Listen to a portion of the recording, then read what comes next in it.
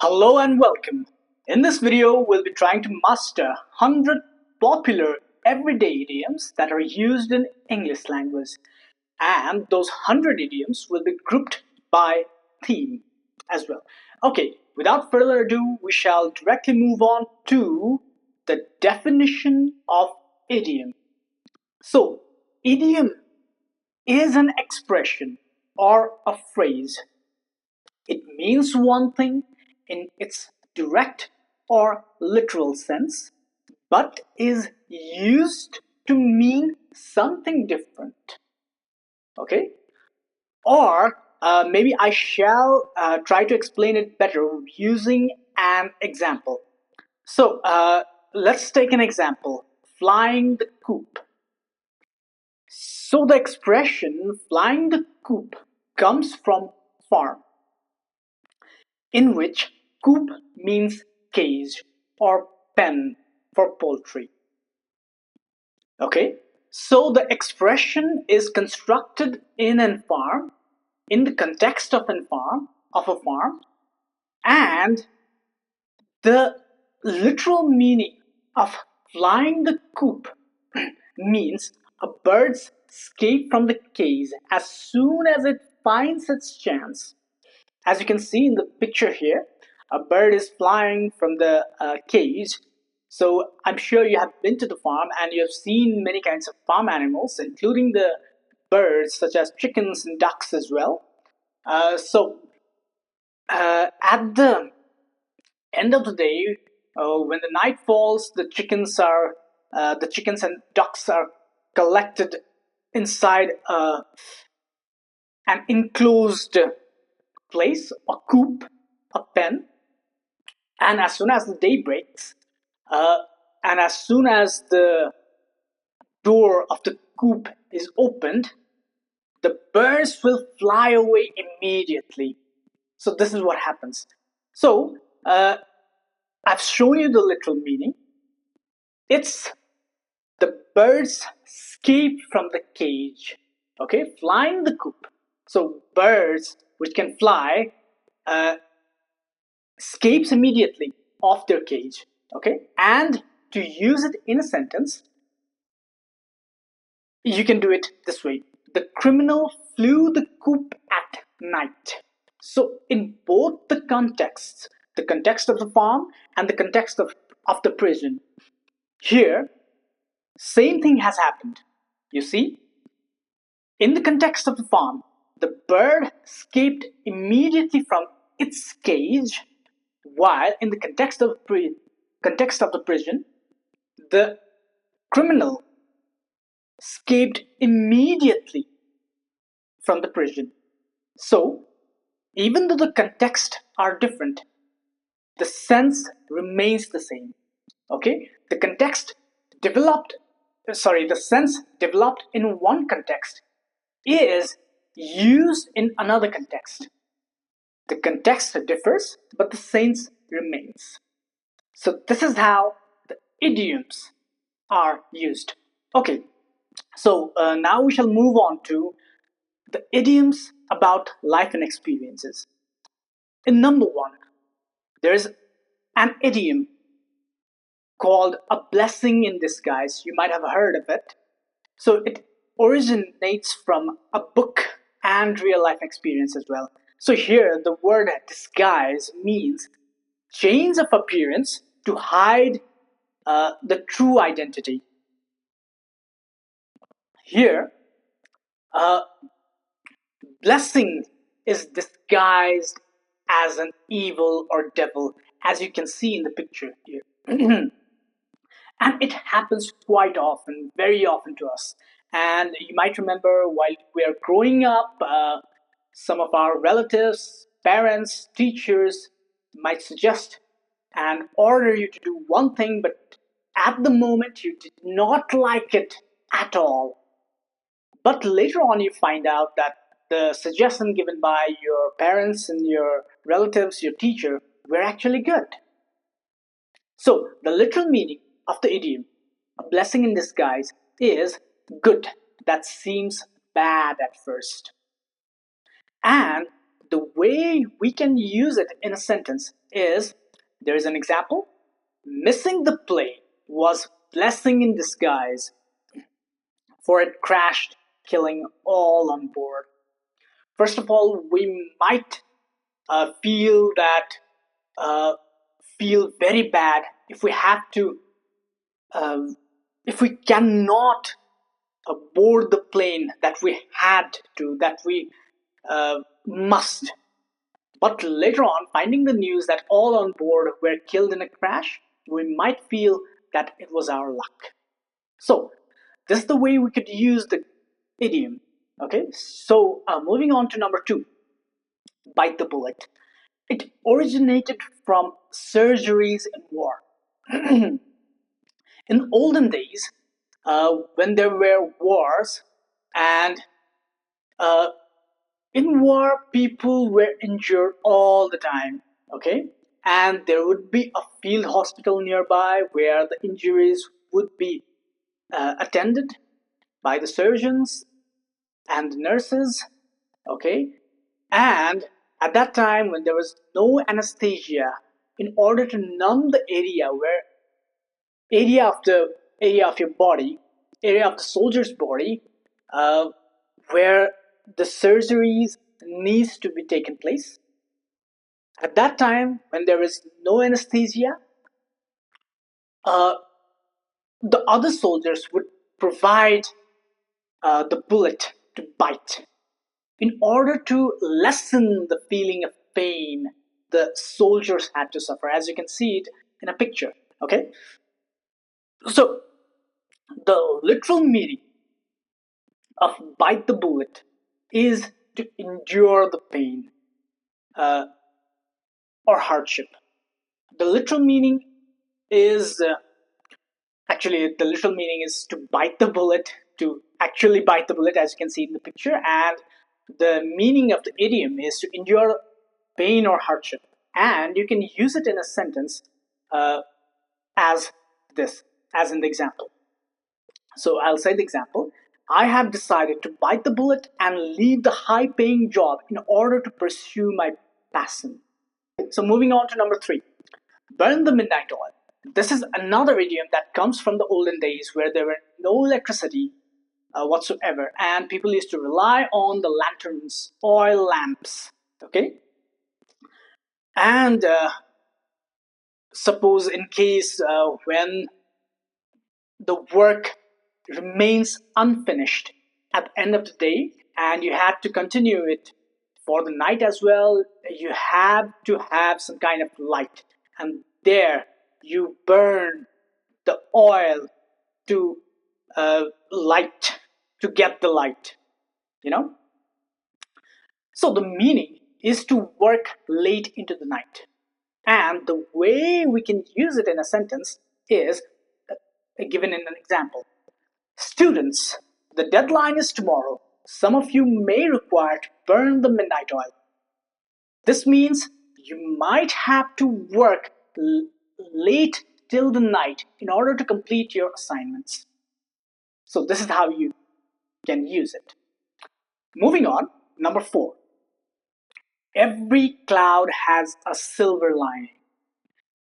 It originated from John Milton's 1634 poem called Comus, and an everyday experience of seeing the dark cloud that has an ending. And on those ending of the clouds, on those edges of the cloud, if it's the daytime, the edges will be lit up or backlit by sun, or if it's nighttime and if the sky has full moon, then the edges will be backlit by the rays of the moon.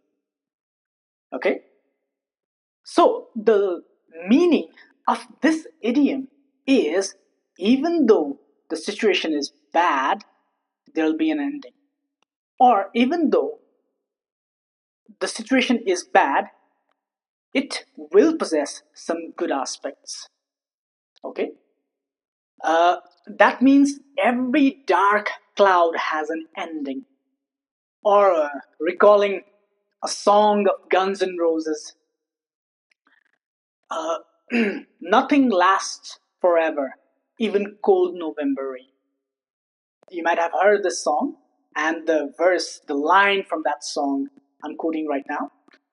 Uh, Even though the situations are bad, it will end, and at the end, new situations will arise. Okay, so using it in a sentence, she was disappointed about missing the party, but the silver lining was she got to relax at home after a full day's work. Get this?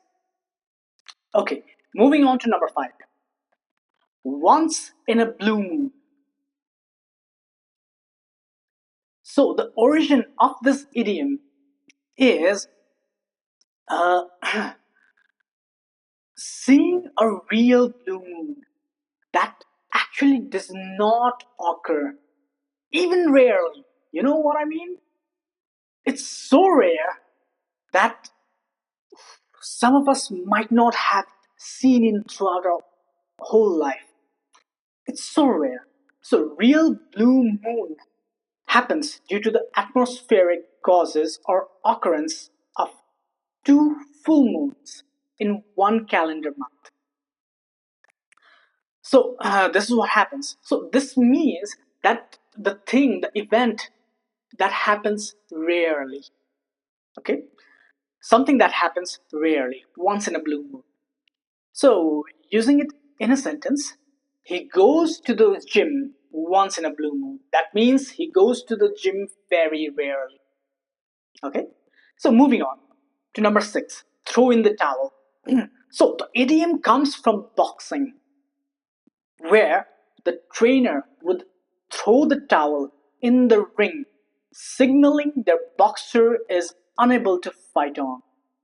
Actually, it's the time of UFC right now, and uh, it might no longer be in practice, but in the olden days, when boxing was in the vogue, uh, and when the trainer sees that his or her trainee, his or her pupil is getting beaten up by the opponent, the trainer would have to intervene and would throw in the towel in order to signal the referee to end the fight. So it means to give up. Okay?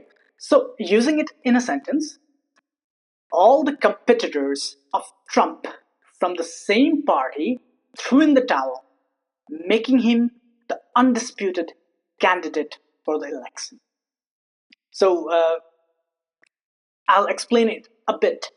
Uh, so when the candidates are chosen for each party, they had to go on a multiple conversation, multiple debates with uh, the other candidates, and the ones who uh, seems very good from the debate, seems very legit from the debate, would be considered winner.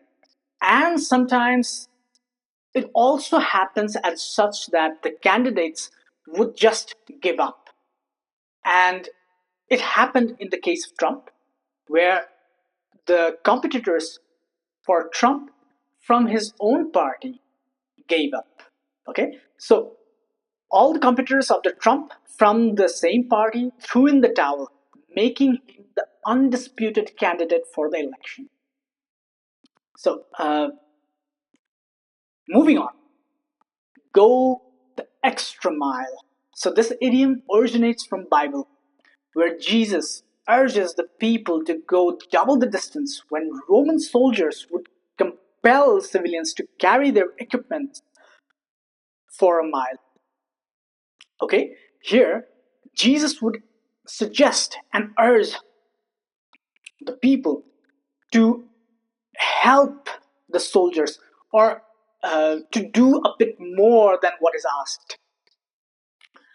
So, the meaning of the idiom go the extra mile is to put in extra effort. To use it in a sentence, here is an example. He is always willing to go the extra mile to help his friends in need. That means he is willing to put an extra effort in order to help his friends who is in need. Moving on, number 8, learn the ropes.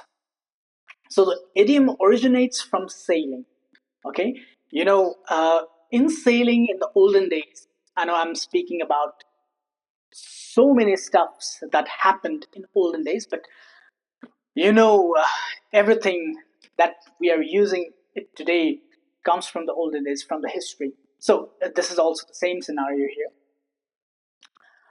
From sailing, where new sailors would need to learn to manage and manipulate various kinds of ropes to control the sails. As you can see in the picture, a boy is trying to learn the ropes. Okay, so this means to understand how something works. Okay, so to use it in a sentence, for example, the new interns are here to learn the ropes. As we're about to graduate school or college, we have to go to the real thing, for example, banks, for example, industries, and so on, in order to learn how things really work in real life. Okay, so learn the ropes actually came from sailing.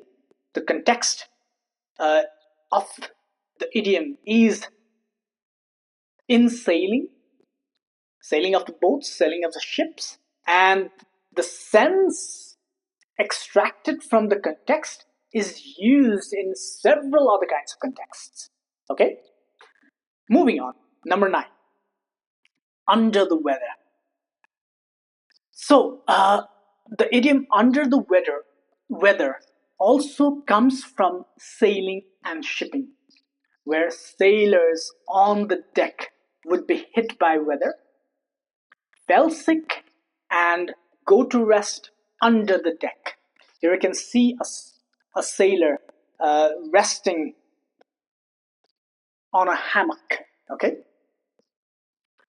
so it means to feel sick or unwell. Uh, to use it in a sentence, for example, Mr. Smith is taking a leave today. He says he's a bit under the weather. That means he's feeling sick, okay, or ill, or unwell. So moving on to number 10, water under the bridge. It originated from ancient Greek philosophy, where water flowing under the bridge is gone and cannot be retrieved. That means once the time has passed to do something, it can never be retrieved. That means it's perishable. Okay? So the meaning of the idiom is past problems that are no longer important. Okay, to use it in a sentence, for example, we had our disputes in past, but they are all under the bridge now. Means the past problems uh, that we faced with each other, the grudges are no longer there. Okay, so all the disputes are under the bridge now. So that means it has passed and it has gone by. So moving on to number 11, the straw that broke the camel's back. It actually came from Arabic world, where there are lots of deserts, or there are large deserts where there will be lots of camels.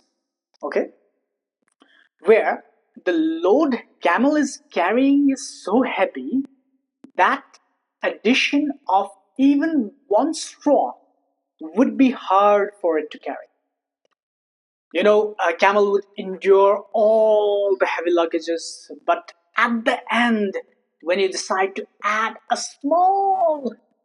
tiny amount of extra luggage. That tiny amount,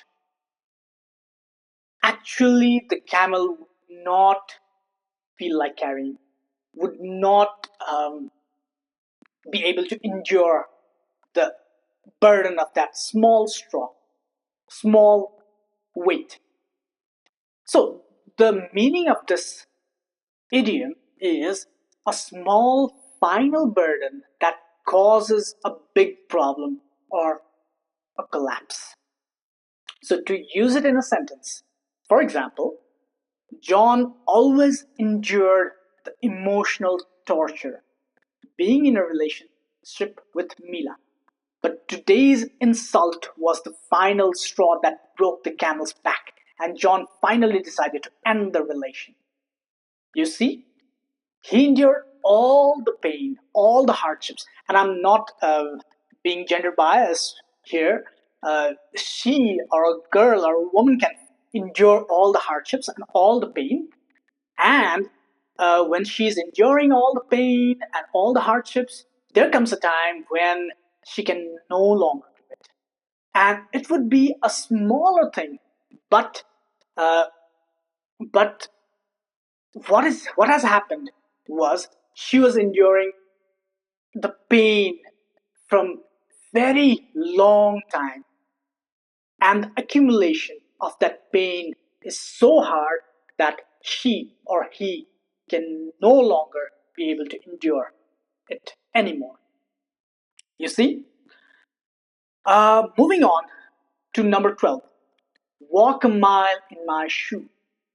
So it originated from the poem titled Judge Softly about Native American by Mary T. Lantrap's line, walk a mile in his moccasins. Moccasin is a kind of a native shoe worn by uh, Native Americans. Okay, so this means to understand someone's situation by experiencing their struggles. Okay, so to use it in a sentence, don't judge her until you walk a mile in her shoe. Absolutely. Uh, okay, I shall move on to another. So now there'll be idioms about people and behavior. Okay, a wolf in sheep's clothing. It actually originates from the fable of Aesop or Aesop, whatever, however you say it, and Sermon of Jesus, warning about evil disguised as good. In our previous idiom, we saw good disguised as evil. Now, this is the opposite. In here, evil is disguised as good,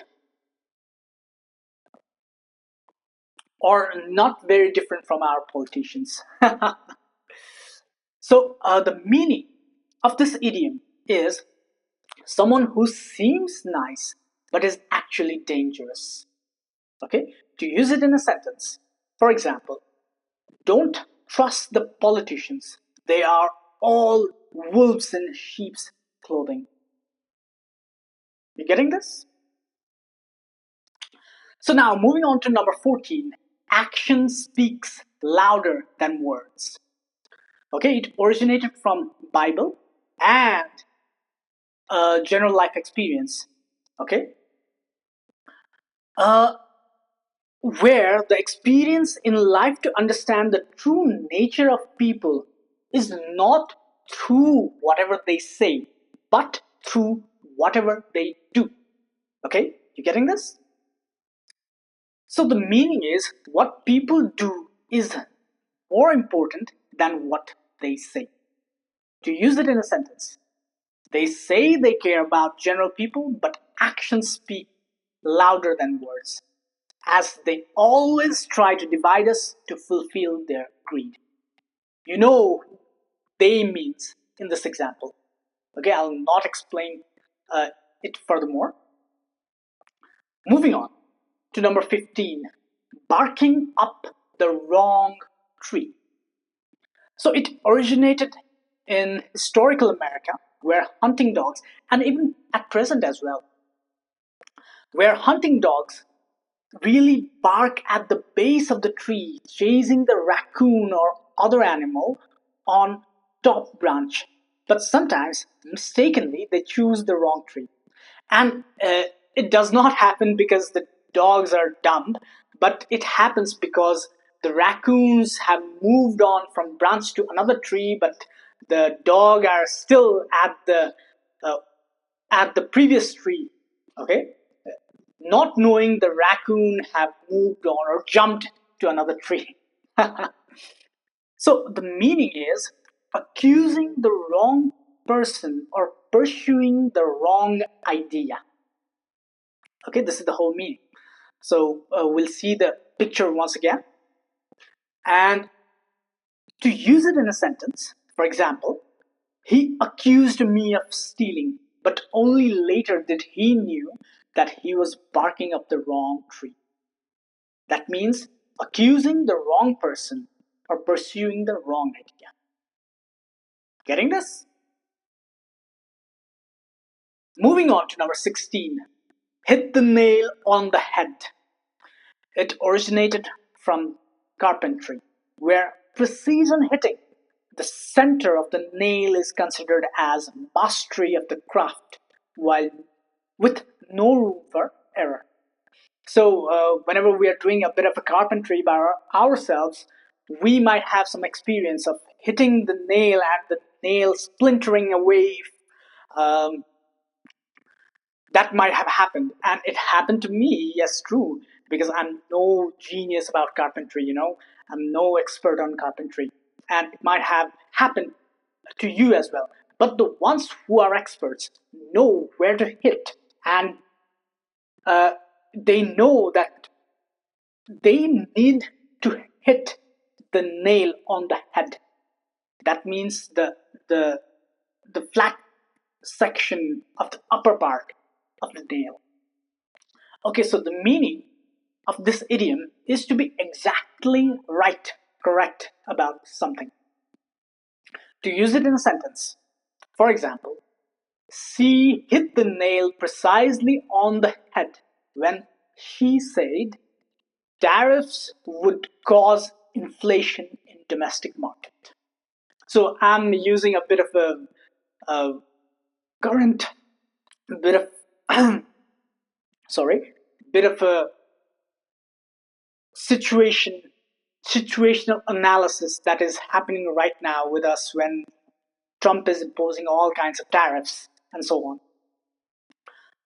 So,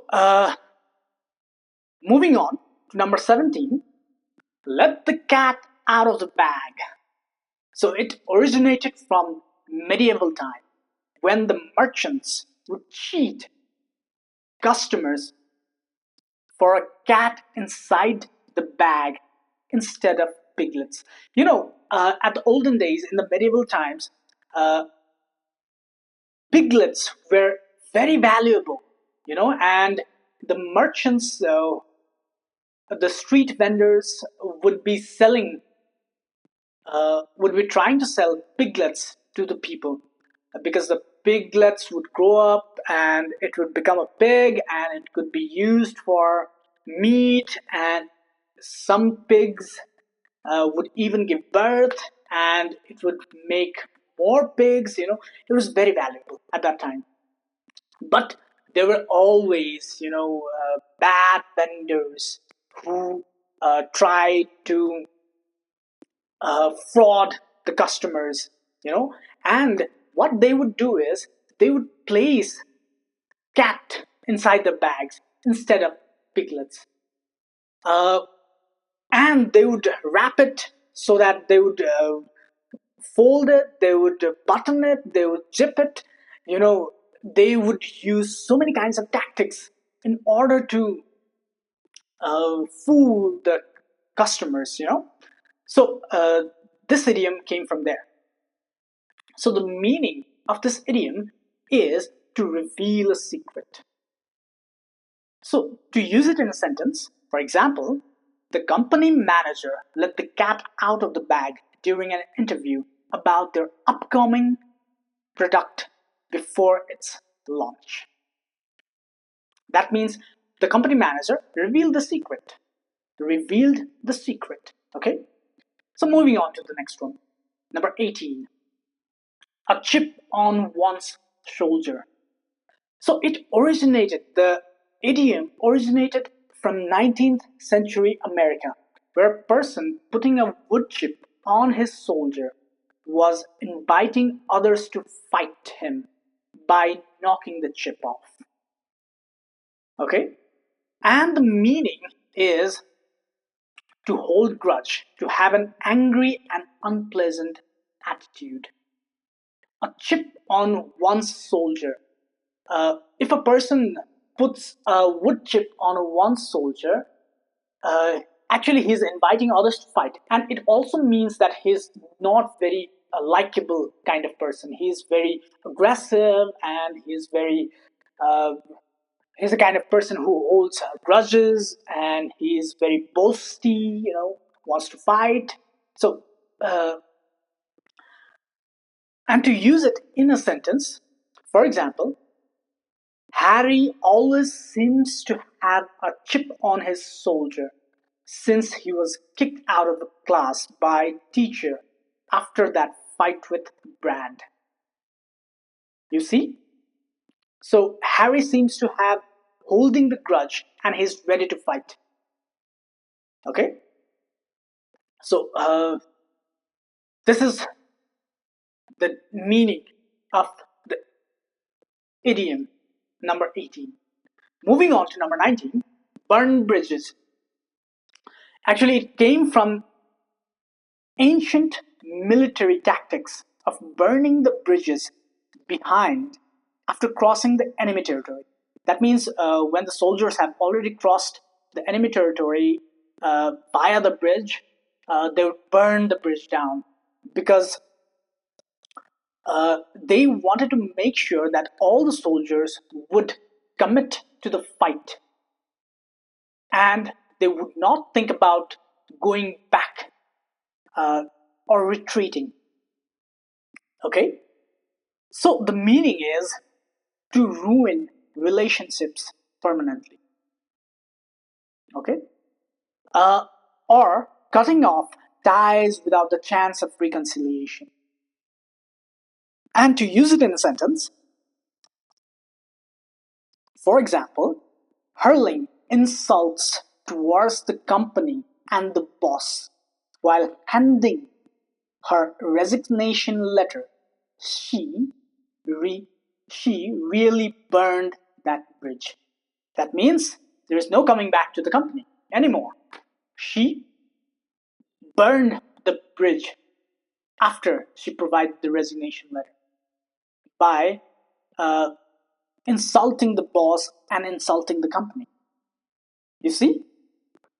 And be free to pause the video in order to see, go through the meanings and sentences and origins and the pictures.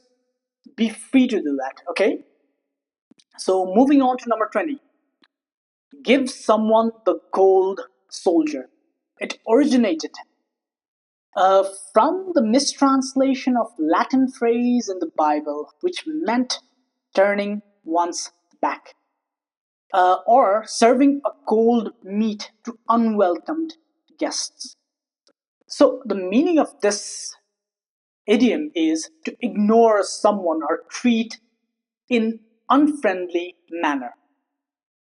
So to use it in a sentence, for example, after one simple disagreement, my wife started to give me the cold soldier. That means she started to ignore me. Okay, you getting this? Moving on to number 21. Pull yourself together. It comes from the general life experience. When you're suffering from so many things, and you're not yourself, You're feeling so many things, okay? At that time, a friend would suggest you to pull yourself together and be the good version of yourself, okay? Of it means of bringing one's mental, emotional self to the state of normal after something hard or some hard situation. Here, the meaning is to calm down and regain control. To use it in a sentence. For example, yes, many of our kins have lost their lives in this devastating earthquake, but now we have to pull ourselves together and start rebuilding. You see? Uh, so here, after the earthquake, everything has happened. Many of our relatives have passed away, but what could we do? It is what it is, and we now need to pull ourselves together and take our lives in our control. This is what it means. So, moving on to number 22, throw someone under the bus. It originated from the literal meaning of throwing someone under the bus. It might seem funny, but it is what it is.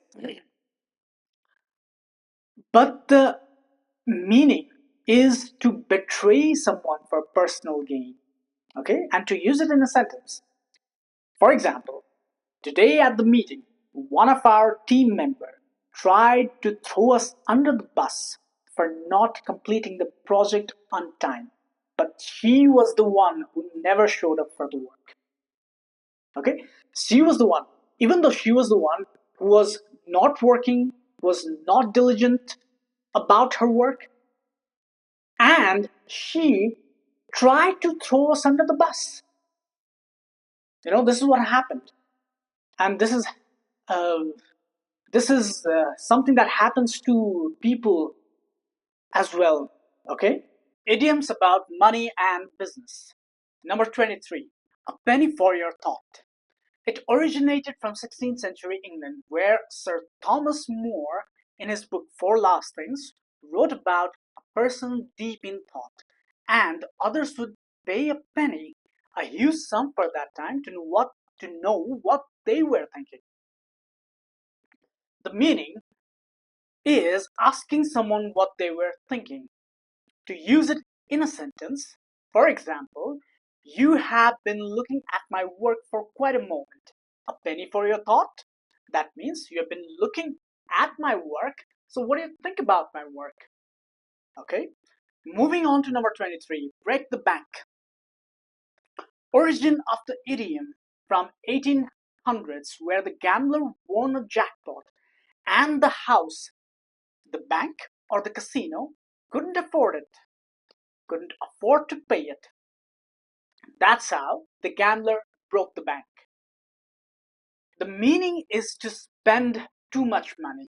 To use it in a sentence, for example, everything is so expensive these days in America. I guess just living here would break the bank. Okay, so moving on to number 25, cost an arm and a leg.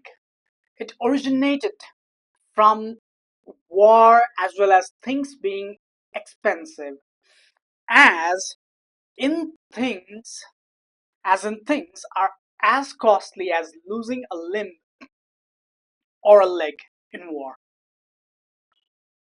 So it means very expensive, and to use it in a sentence, for example, renovating this mansion is going to cost me an arm and a leg. Or you can simply say, as another example, living in America is going to cost me an arm and a leg, or so on. Moving on to number 27, in the red.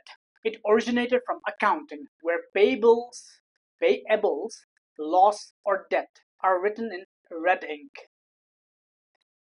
meaning losing money and being in debt. To use it in a sentence, for example, the whole national economy is in the red. Or, let's take another example. I cannot pay for the food today. I'm in the red. You see, it's simple as that. Simple as that. Number 27. Money doesn't grow on trees. It originated from general life experience, signifying that money is not as readily available as the leaves in the tree are. So the meaning is money is limited, so don't waste it. To use it in a sentence, for example, be careful how you spend your money because money does not grow on trees.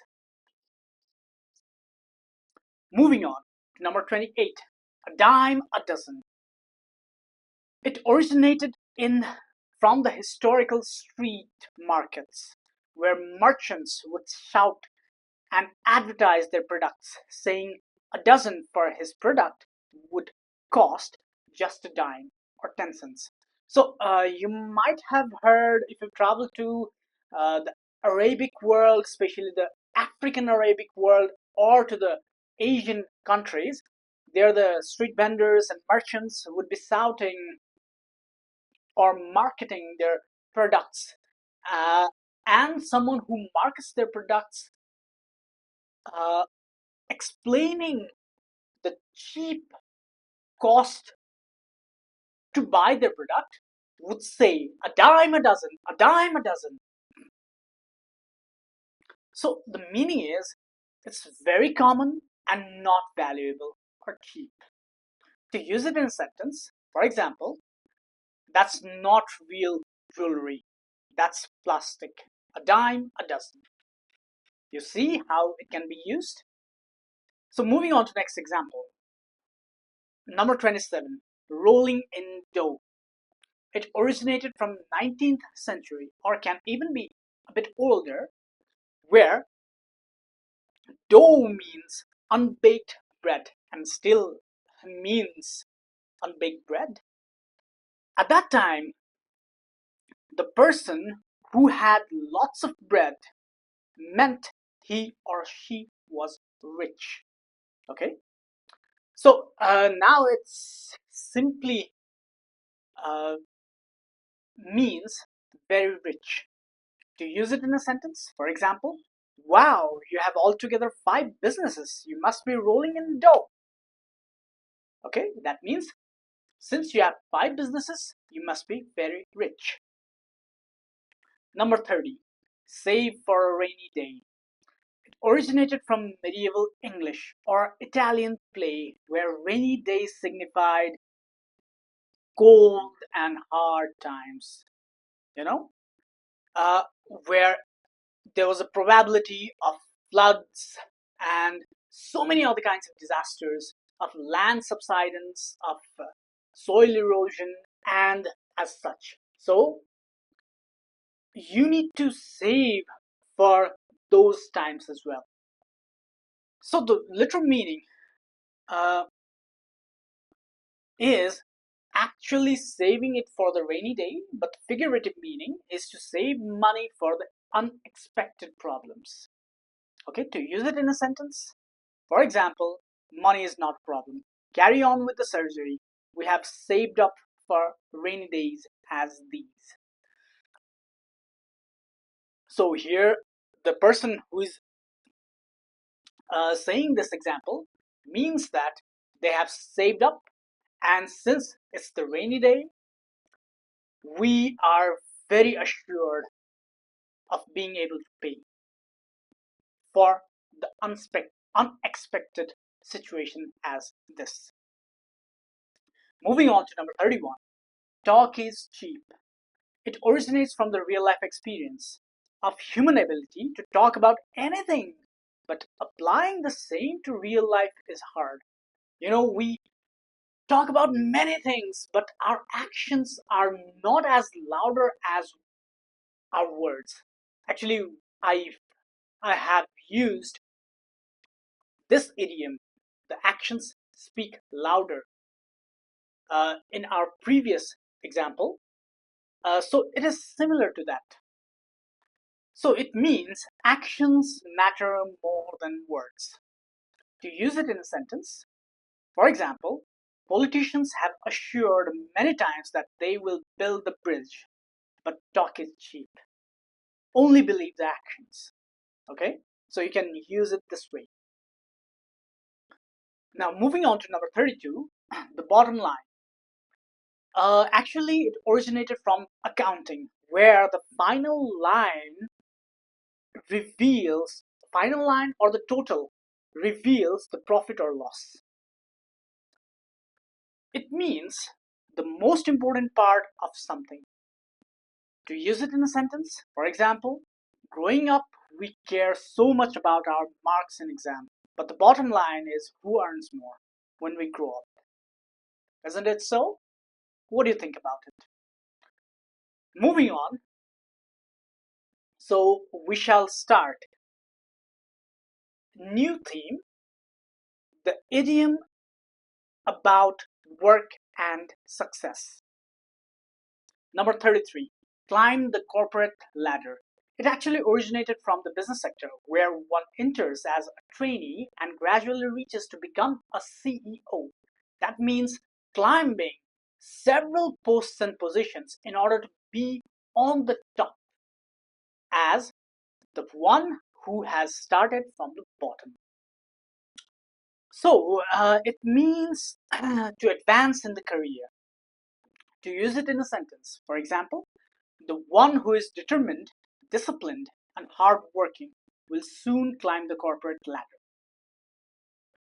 Moving on to number 34, get the ball rolling. It originated from the game of croquet, where the first player to start would first get the ball rolling. Uh, as you can see, people playing a game of croquet with their special kind of bats or handles. Okay, so the first one to start the game would start it with rolling the ball.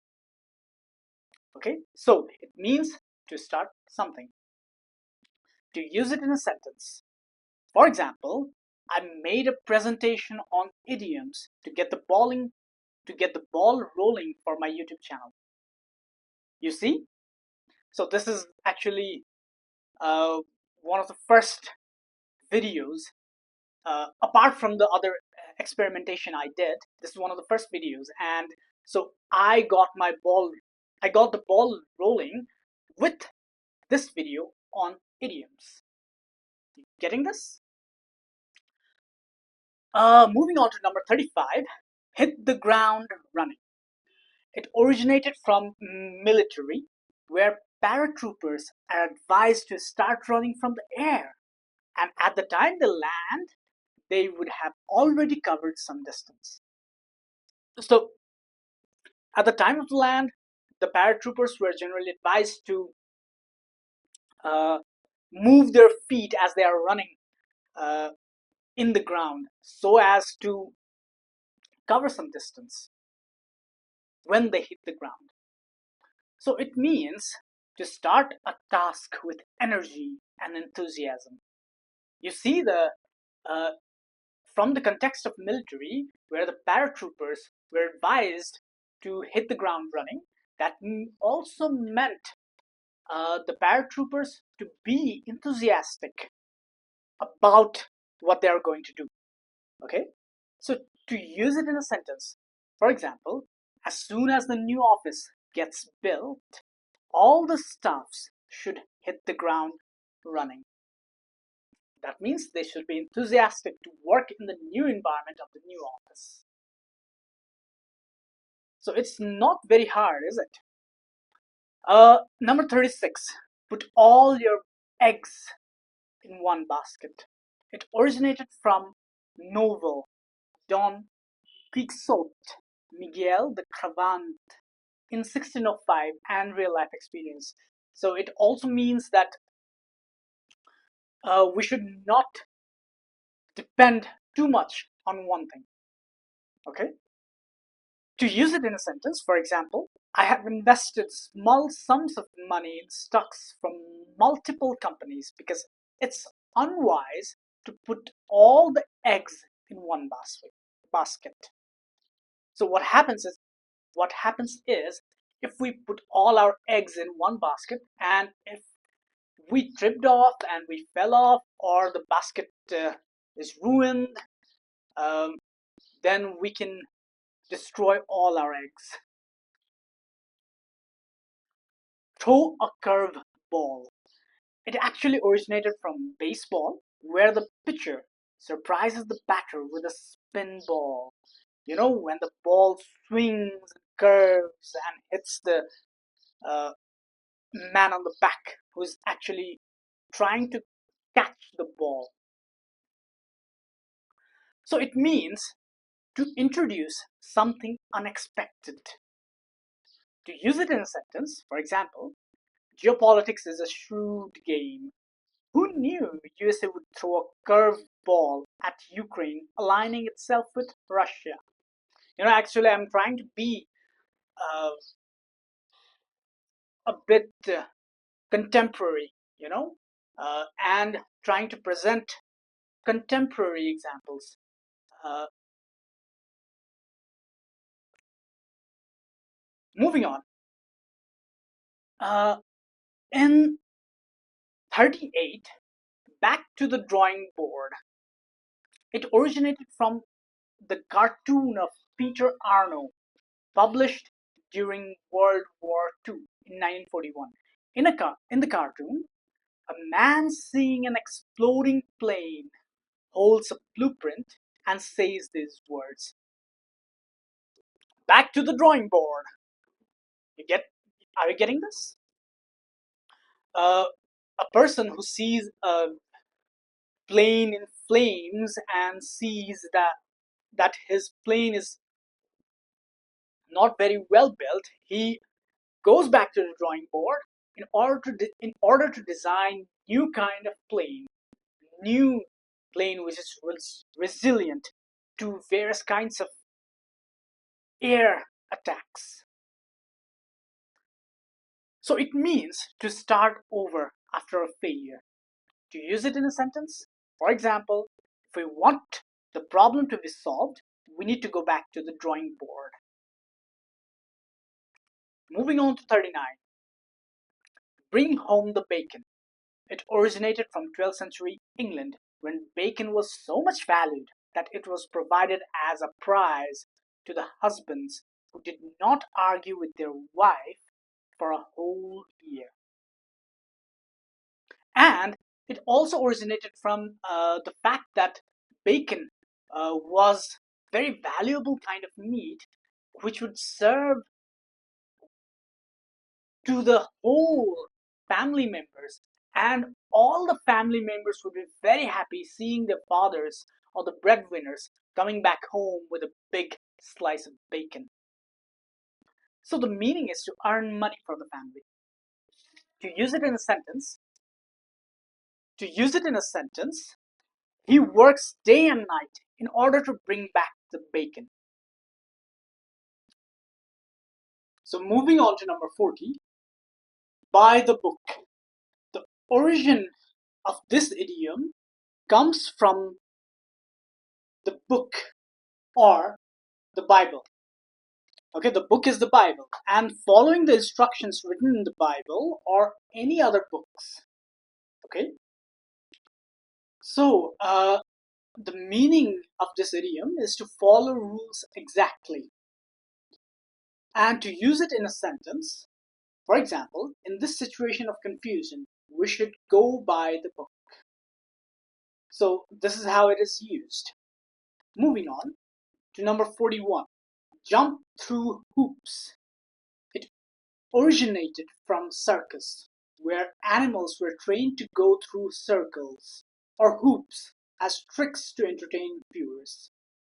So it means to go through a lot of effort, often annoying tasks, to get something. To use it in a sentence, for example, I had to jump through hoops in order to get the visa. That means in order to get the visa, he had to go through a lot, various kinds of annoying tasks to get the visa. So moving on to number 42, rise to the occasion. It came from the medieval England and real life experiences in which one stands out through the performance in a difficult situation. When various kinds of difficult situation arises in our lives, and we have to navigate through the situations in order to achieve something of great pride, you know. So the meaning is to succeed in a difficult situation. To use it in a sentence, the invaders carried out a surprise attack, but the Royal Army rose to the occasion and took the situation under control. Moving on. Uh, Now we shall start a new theme under the idioms. The new theme is emotions and reactions. So, number 43, bite off more than you can chew. It originated from the real life situation when a person in greed shoves a large chunk of food that is more than the mouth can hold. Okay, as you can see in the picture here, uh, the meaning is to take on too much. To use it on a sentence, for example, I was working till midnight yesterday. I think I bit off more than I can chew by taking this new project on top of my old one. So sometimes we are working and we are working extra time, and uh, I don't know what happens at that time to us, but we sometimes tend to add even more for ourselves. Okay, so that is something like bite off more than you can chew. Moving on to number 44, cry over spilled milk. It originated from 17th century proverb collection of James Howell. No weeping for shed milk. So it means to be upset about something that cannot be changed. So the milk is obviously spilled and we cannot add it to the glass anymore. So now if we can't do it, so why should we cry over it? Okay, this is the situation. So to use it in a sentence, for example, our family lost most of our money on the crypto bubble burst. It definitely It's definitely hard for us, but it's no use crying over a spilled milk now. Moving on to number 45, jump on the bandwagon. It actually came from the circus, where the crew would load off their belongings and themselves would hop on to travel to new destination. Also from the politics. It also came from the politics. When a group of political parties would jump on a bandwagon to reach to a conclusion uh, in order to appease their political party or their political leaders, but which is actually not very good for the society or for the country. So this is quite off. This is a normal situation in the politics as well. So meaning to follow a trend. To use it in a sentence, for example, tattoos are trendy these days. I might as well jump on a bandwagon myself and get one. That means you follow the trend, okay, or follow whatever the others are doing, or the majority of the people, or majority of the people in your circle is doing. Moving on, keep your chin up. It originated from 1900 edition of Pennsylvania newspaper called the Evening Democrat, where it urged the people not to take their problems to bed, but hang them on a chair with their trousers. So as we um, come to the home and after the dinner, we generally tend to go to the bed. And in order to go to the bed, we tend to leave our trousers and whatever we are wearing at that time uh, in the hanger. And the newspaper is also suggesting to leave your problems and hang it on a chair before you go to the bed. So it means to stay positive in a difficult situation. To use it in a sentence, for example, I know you are in a difficult situation right now, but don't forget to keep your chin up. Situations will improve. Moving on to number 47, on cloud nine. Actually, the scientists found out there are 9 types of clouds, and the ninth type of the cloud is called cumulonimbus. It is the tallest, dense, and most powerful cloud associated with happiness because of its thickness and thunder creating capability. And the meaning is to be extremely happy and excited. And to use it in a sentence, for example, I have felt being on cloud nine, traveling to the Bahamas on a plane, both literally and figuratively. Moving on to number 48, blow a fuse. It originated from electrical sense. When the fuse receives high voltage of current, which the fuse cannot handle, the wire or fuse inside is blown or broken. Okay? So it means to be very angry, to get very angry. To use it in a sentence?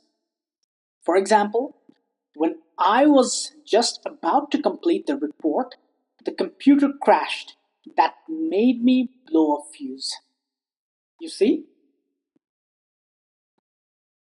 Uh, Moving on to number 49, down in the dumps.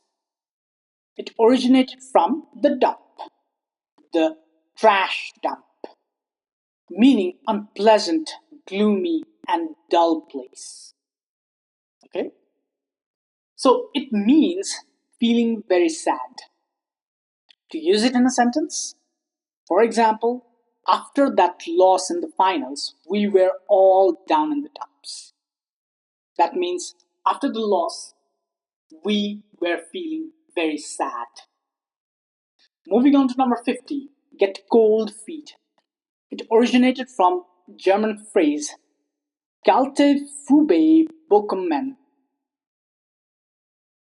Ignore my German, means to get cold feet.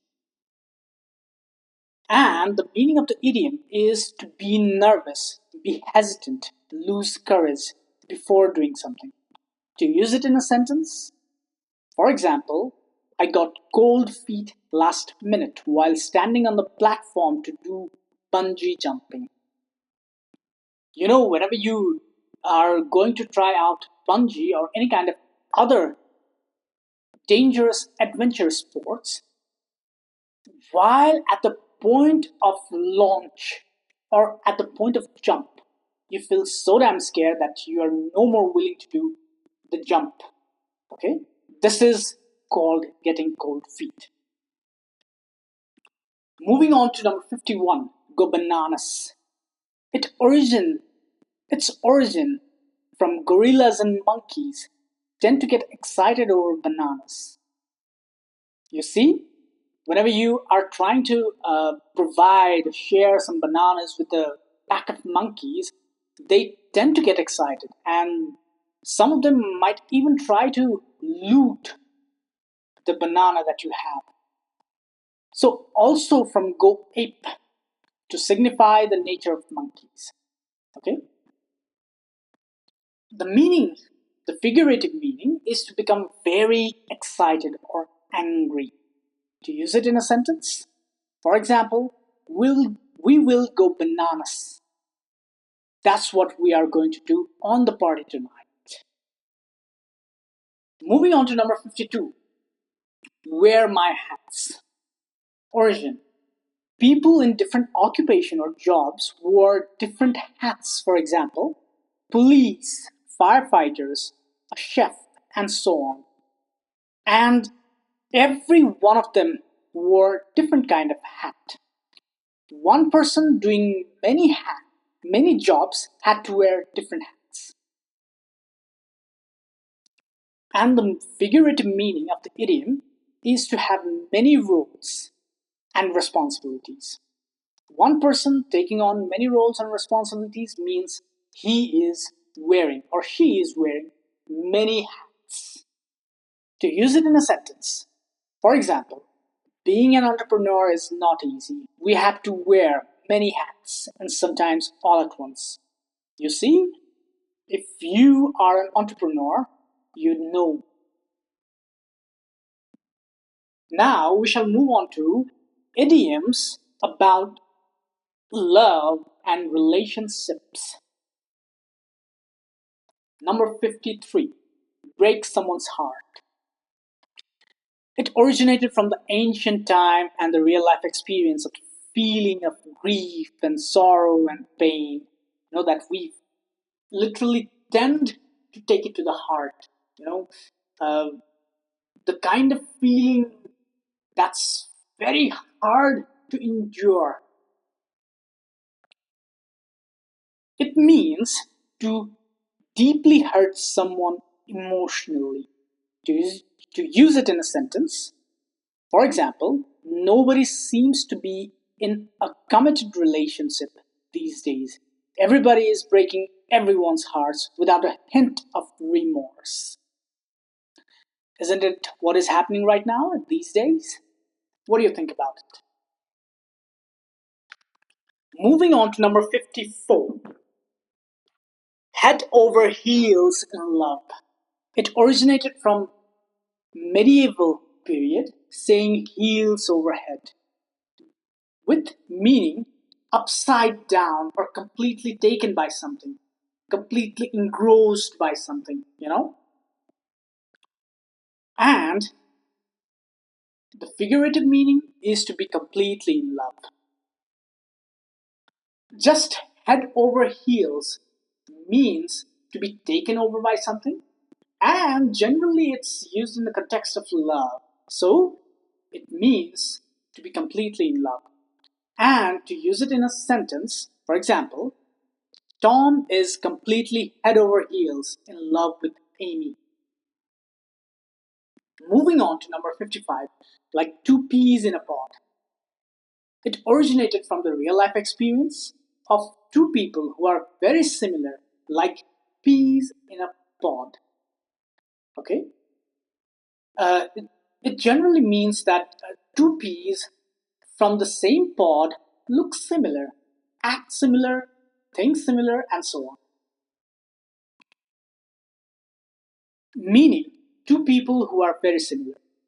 To use it in a sentence, for example, I have never seen the two of them without each other. They are always together, like two peas in a pod. Moving on to number 56, tie the knot. It originated from the historical custom of Celtic or Celtic, however you want to say it, uh, where hands of the two newlyweds were tied with cord or ribbon to denote their union. In South Asia as well, the knot is literally tied in marriage to denote union. It literally means to get married. To use it in a sentence, for example, after 9 years in relationship, Harry and Tara finally tied the knot yesterday. Moving on to number 57. Wear your heart on your sleeve. So it actually originated from the play of Shakespeare, the tragedy of Othello. And the figurative meaning of this idiom is to openly show your emotion. Wear your heart on your sleeve. The heart is inside, but the sleeve is outside. And if you wear your heart on the sleeve, people will be able to see your heart. See? So to use it in a sentence, for example, it's not very wise to always wear your heart up your sleeves. If you're not the one who controls your emotions, others will. You see?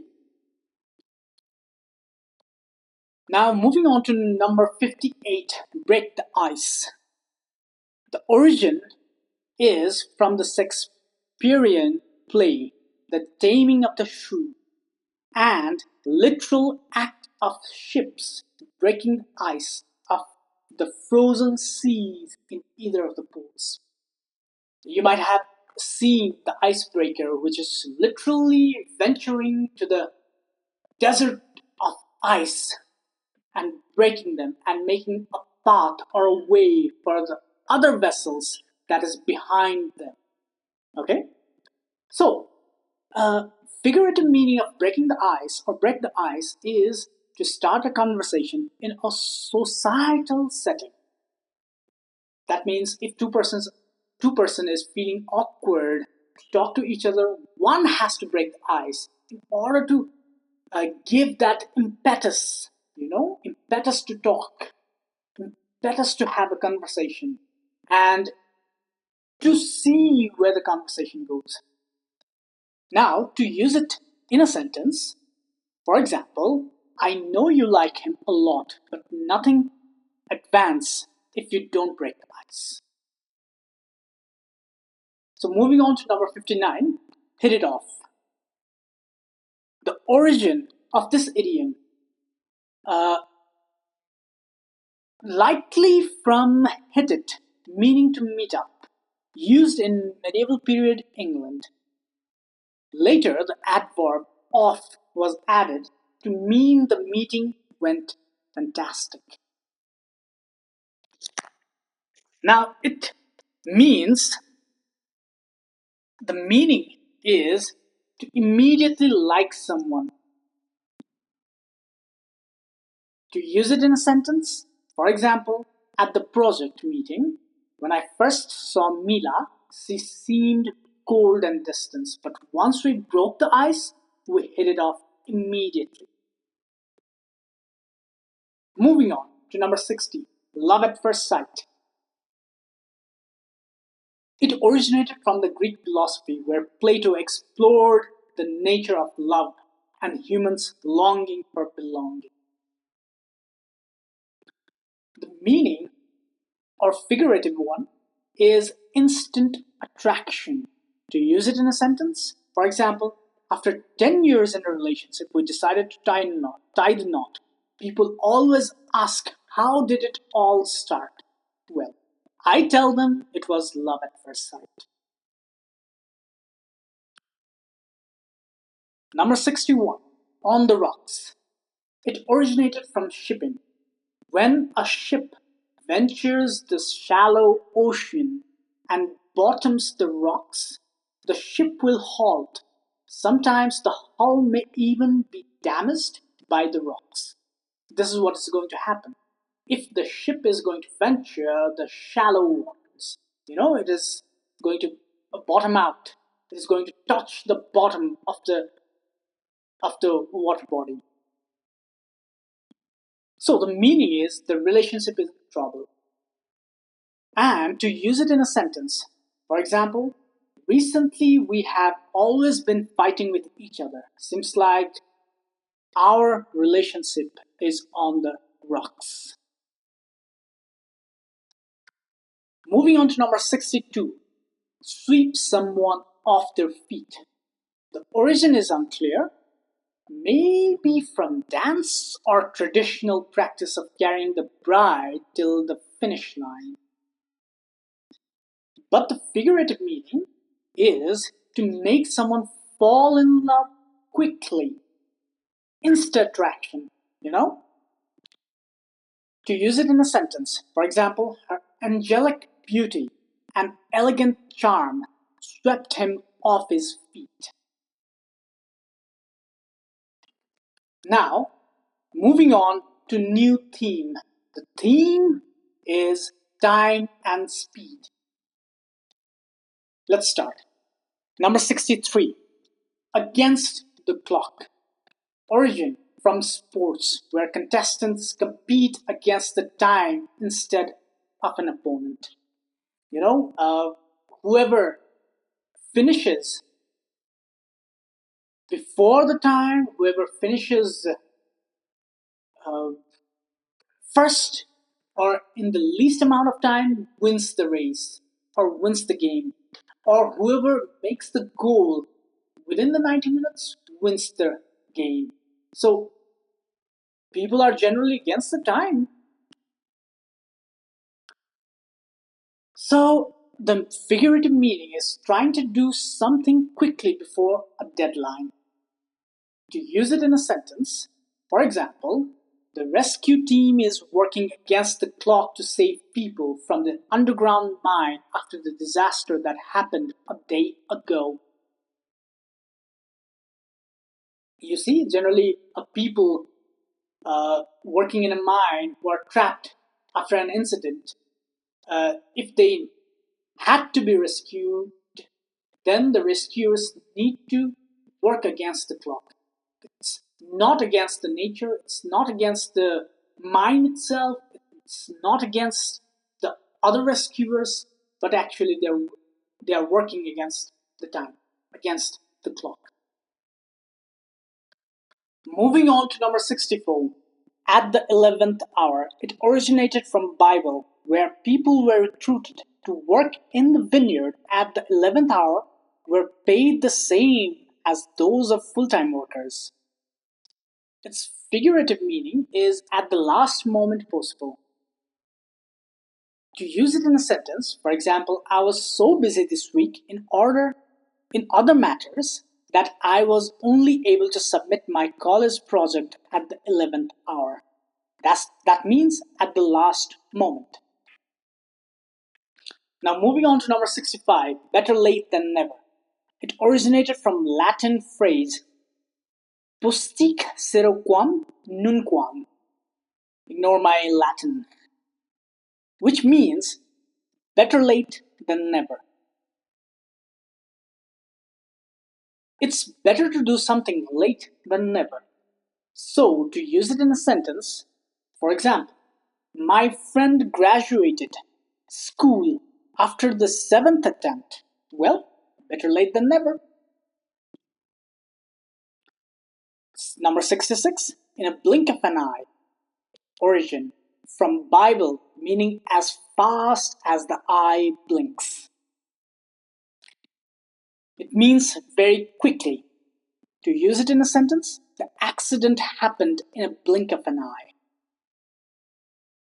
Moving on to number 67, time flies when you are having fun. It originated from the general life experience of the ease to pass time when we are having fun. You know, it happened to me, it happened to you, and it happens to all of us. Meaning, time passes quickly when enjoying yourself. To use it in a sentence, I can't believe it's already been 5 hours. It's true that time flies when you are having fun with friends. Have you felt so when you're with your friends? Number 68, call it a day. It originated from the industrial era work culture when stopping the work and leaving for home before the working hour is over. That means before the working hour, and you can no more be able to work or complete the whole hour of that day, and you call it a day for that particular day, and you leave the work for the home. So it means to stop working, to stop doing whatever you're doing currently. To use it in a sentence, for example, I am starting to feel sick, so I decided to call it a day and will continue tomorrow. Number 69, have the time of your life. It originated from general life experience of having fun and just having a good time. So it means to have a great experience. To use it in a sentence, for example, Johnny plays video games all day. He is having the time of his life. Meanwhile, he's also earning good money. So, uh, you may know some guy who is actually playing video games and earning money as well. So he is having his time, having the time of his life, and also earning some money. Number 70. In the nick of the time. It originated in 1500s when nick meant the critical moment. Hence the idiom means at precise time or critical time. So it also means just in time, at the precise time, at the critical time, to use it in a sentence. For example, generally late, but today Matt arrived in the nick of time. Moving on to number 71, kill time. It originated from the ancient period where leisure and recreational activities were used by people to pass time. For example, you can see in the picture here, people are bathing and just having a good conversation with their fellows and friends and relaxing on the water and on the hot spring or as such. Okay? So it means to pass time aimlessly while waiting or in general. To use it in a sentence, for example, I think I'll kill time by reading the book while I wait for the bus. Moving on to number 72, the sands of time. It originated from Arabia, where the hourglass was used to measure time. It means time passing quickly. To use it in a sentence, for example, many civilizations have been engulfed by the sands of time, but the Chinese are still standing for 4,000 years. Many civilizations such as Babylonians, Mesopotamians, even the Indus Valley civilizations, Minoans, they have been lost in the sands of time. Now, let's start idioms about food. Number 73, a piece of cake. It's the most commonly used kind of idiom, and you must have heard about it. So it originated from cakewalk, Air Force for easy missions. Soft, don't even have to chew, just slurp and swallow. You know what I'm talking about? I'm talking about cakes. You're right. It's very soft and it just melts in your mouth. And it's easy to eat. Not like some other kinds of meats, some other kinds of foods which you have to chew and it's hard. It's not like those. It's very soft and melts. So it means very easy. To use it in a sentence, for example, the assignment was a piece of cake for me. Or the game was a piece of cake for me. The project was a piece of cake. The thing was a piece of cake. Or you can use it however you want. Moving on to number 74, cool as a cucumber. It originated from a line from John Gay's 1732 poem, New Song on New Similes.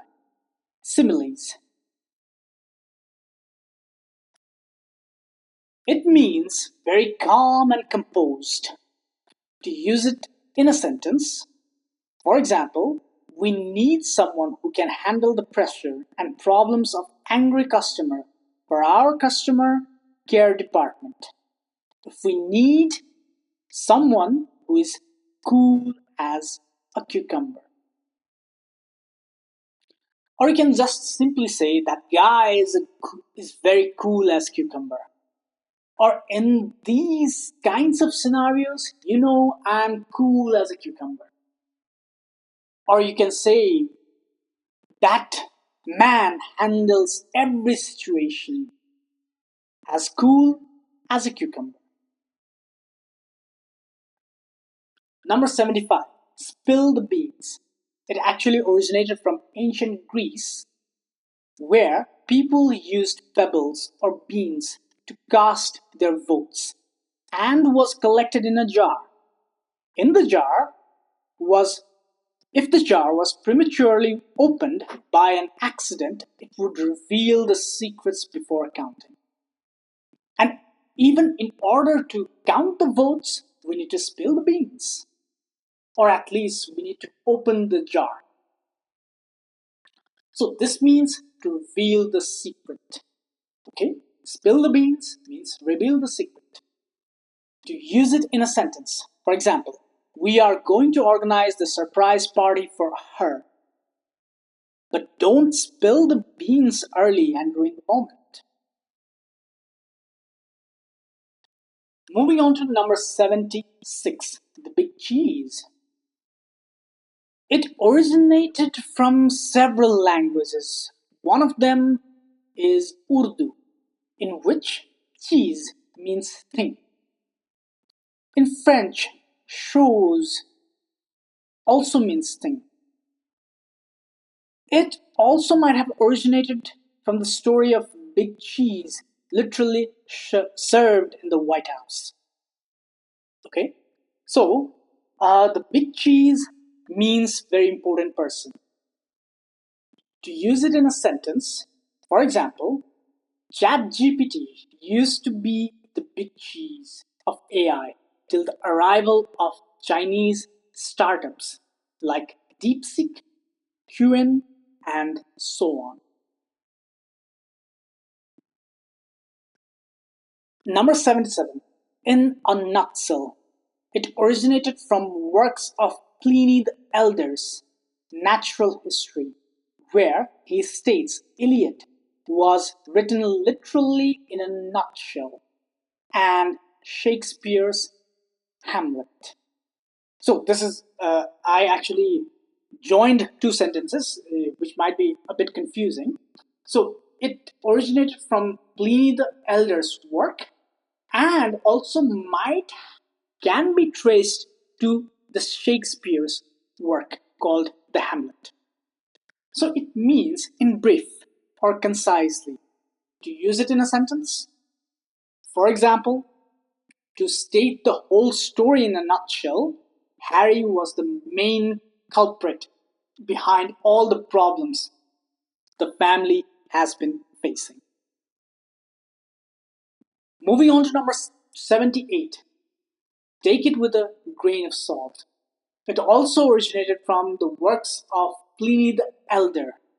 The name of the work is Natural History, where he mentions addition of salt as an antidote to poison. The meaning is be skeptical about something. To use it in a sentence, for example, you should take all information you found in the social media with a grain of salt. Moving on to number 79, salt of the earth. It originated from Bible, where Jesus, in Sermon of the Mount, describes his followers as the salt of the earth to denote their importance and value to the society.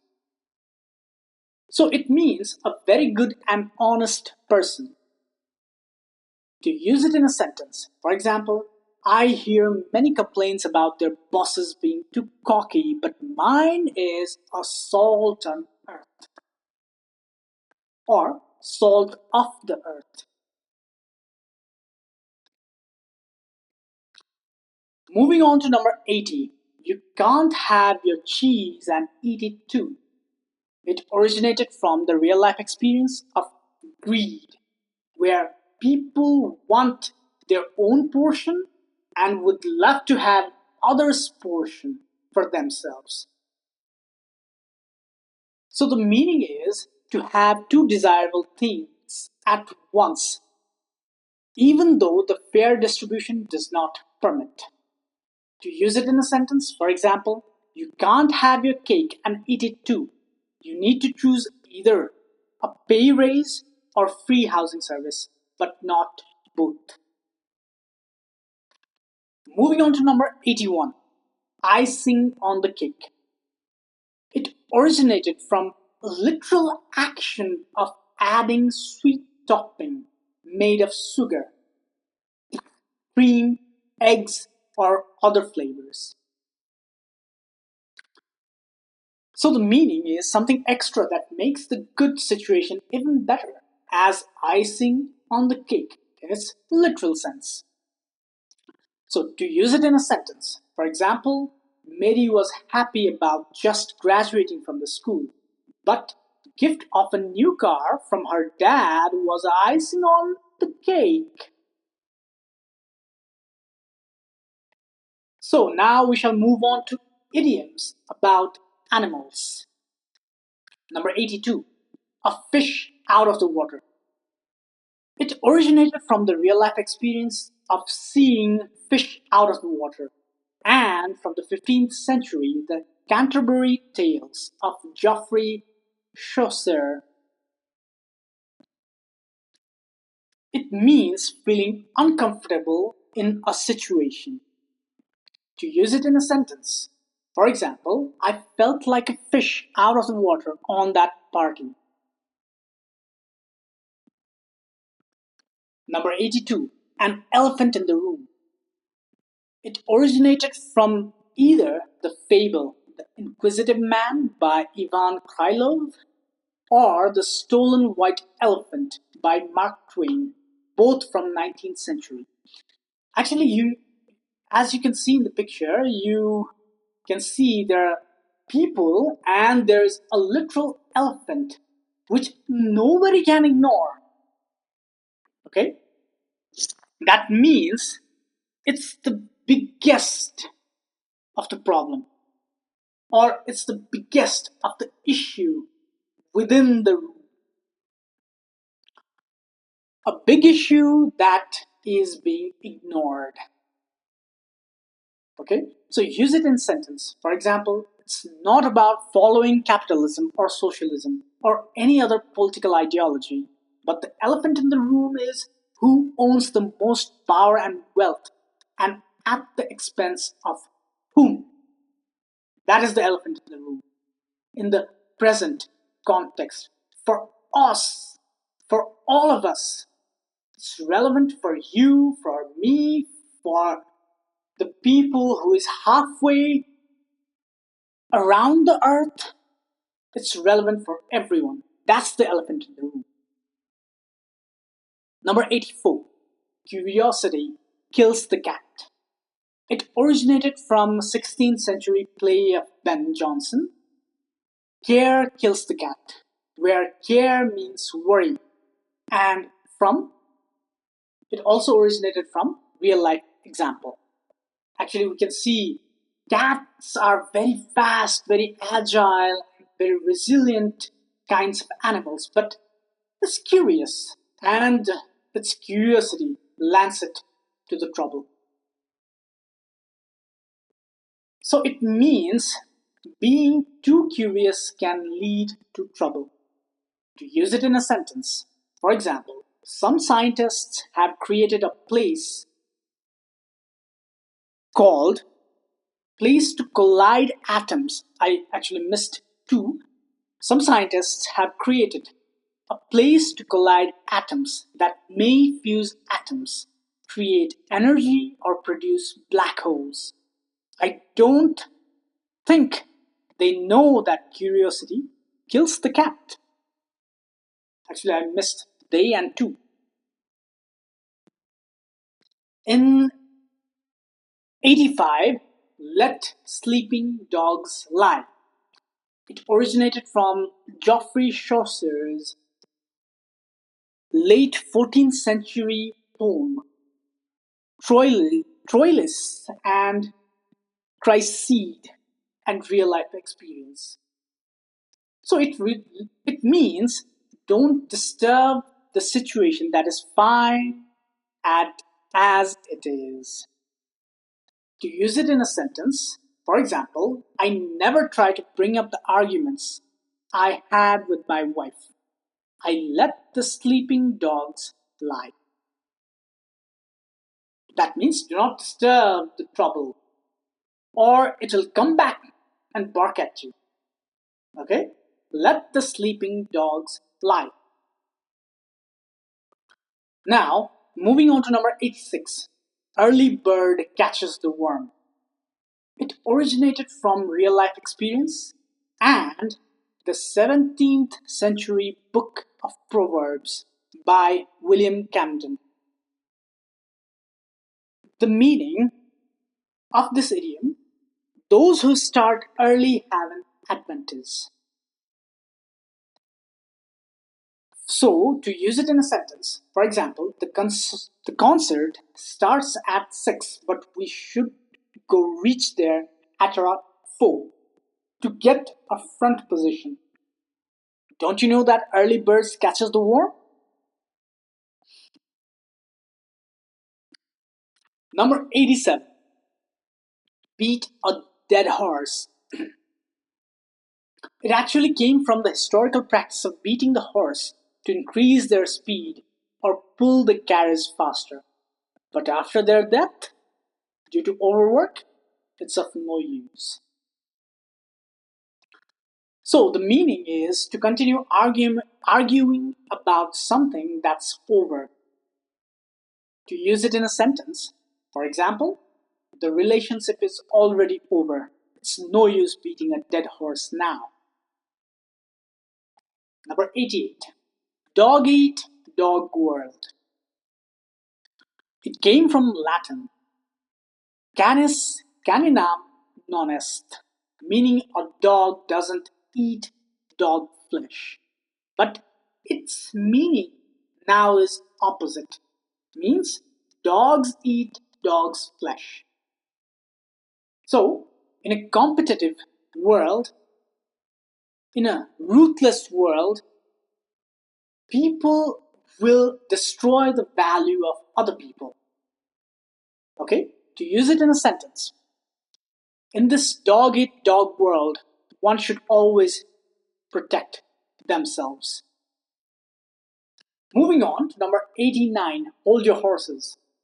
It originated from the old mode of transportation of horse-drawn carriages and just horses. It means to wait or slow down. To use it in a sentence, for example, don't celebrate yet, hold your horses, we haven't won yet. Okay, suppose in a soccer game or other kinds of matches, you're never sure to win a game until and unless the game is over. Moving on to number 90. Like a deer in headlights. It originated from the real life experiences of driving at night and finding a deer standing still, seeing the headlight.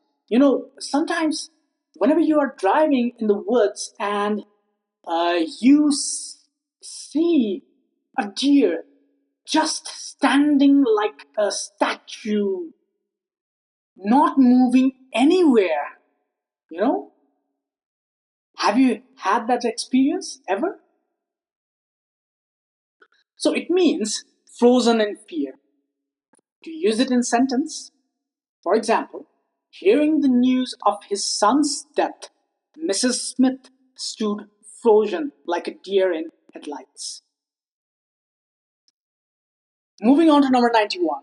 You can't teach an old dog new tricks. It originated from John Fitzgerald's 16th century, the Book of Husbandry, and also from real life experiences. You might have faced it yourself that it's really easy to teach a technique or two to a young puppy, but it's very hard to do the same to the old dog. It means it's hard for older people to change.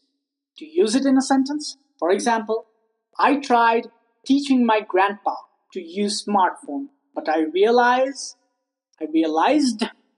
there's the D mission. You can't teach an old dog new tricks. Now, we have come to the last theme, the theme about body parts. Break a leg. It originated from theatre, where friends of a performer ask to break a leg instead of good luck in order to not to jinx the luck. You know, has it happened to you? Sometimes a friend would uh, say good things about the event, but something happens at the event and the event goes bad. So the friends would just say, go break a leg, instead of saying good luck. So, break a leg means the opposite way of saying good luck, you know? So, to use it in a sentence, for example, we have practiced enough. Remember all the trick we learned and now go break a leg. Now, moving on to number 93, bite your tongue. It originated from a Shakespearean play. The meaning, stop yourself from speaking. To use it in a sentence, for example, I had to bite my tongue when he said she is loyal. You know what he's doing right here, don't you? That means he has seen the girl with another person. But in order not to hurt the feeling or for some other purposes, you cease to speak. You don't speak. You bite the tongue. Now, number 94, pain in the neck. Origin from 1900s. Used as an euphemism for someone or something annoying. Its meaning, someone or something annoying. To use it in a sentence, mathematics is generally considered as pain in the neck by many school students. Now, moving on to number 95, pull someone's leg. Origin from criminal world of 19th century England, where thieves would literally pull the legs in order to trip and rob them. The meaning? To joke with someone or deceive someone playfully. To use it in a sentence? Sometimes I play along with the flat earth theory believers just to pull their leg. Number 96, see eye to eye. The origin from Bible, where the watchmen see eye to eye in return of Lord Giant. That means to agree with someone. To use it in a sentence, for example, don't be married to someone with whom you can't see eye to eye on family values. You see? Are you getting this? Moving on to number 97. Get something off your chest. It originates from real life experience of sense of relief after sharing something that's bothering us. The meaning is to express worries or secret. To use it in a sentence, for example, it seems you are a bit anxious these days. Is there anything that you want to get off of your chest? Moving on to number 98, lend a hand. It originated from real life act of lending a support to someone. It means to help someone. To use it in a sentence, for example, can somebody lend me a hand to pick this table up?